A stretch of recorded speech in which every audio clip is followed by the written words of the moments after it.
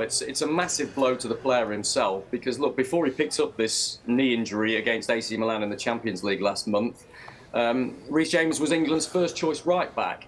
He's only 22 years old. His family had plans to travel out to Qatar and watch him out there. So it's a huge blow to them.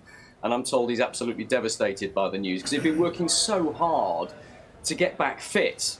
He'd been out in Doha undergoing a concentrated rehabilitation programme, and there were really positive signs. He's been running again at Cobham in the last few days. But the facts of the matter are that it would still be, as I understand it, 3 weeks plus before Reece James could play a full game and play a full part in an England game. And Gareth Southgate has just decided that he can't wait that long.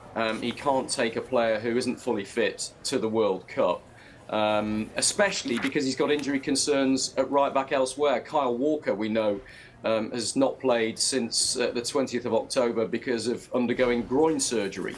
And my understanding is that Kyle Walker is further ahead than Reece James in his recovery. And so this decision, you have to say, makes it more likely that Kyle Walker will be on the plane to Qatar, but that doesn't make it any less of a blow for James and for England and for Gareth Southgate.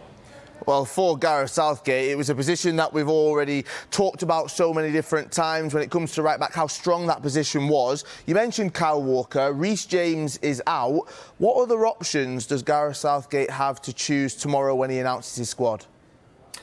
It's going to be a big one. It's going to be a really difficult one for the England manager. And I think the news that we've got on Sky Sports News today, which was first reported in one of the national newspapers, I should say, this morning, hints at some of the key decisions that Gareth Southgate's had to make. And I think he will take one or two players that aren't fully fit. Kyle Walker probably, maybe Calvin Phillips as well, although he's played less than 20 minutes of football this season for Manchester City after undergoing shoulder surgery. But he is back playing bits and may well play a part in the Carabao Cup for Manchester City this week as well. So if he takes those two not fully fit players, I think that's why he decided he couldn't take a third with Reece James. In terms of right backs, it cements the position for Trent Alexander-Arnold. Remember, before the Euros and even since the Euros, there's been a huge debate about him and whether he should be included. No doubt about his ability going forward. Gary Neville called him world class in his distribution, but Gary Neville also said in commentary in the Super Sunday game at the weekend against Spurs that could you trust him in a knockout game defensively? That was key from Gary Neville. But I think Trent Alexander-Arnold will definitely be in now, and Southgate has other decisions to make when it comes to full-back. But the headlines, I think, will all be around Marcus Rashford, James Maddison, and Harry Maguire. I fully expect Harry Maguire to go. I expect Marcus Rashford to make the squad as well. But the question marks around James Maddison, I think he's 50-50 right now. And apologies for the slight disco show we've had there. One of my lights was packing up.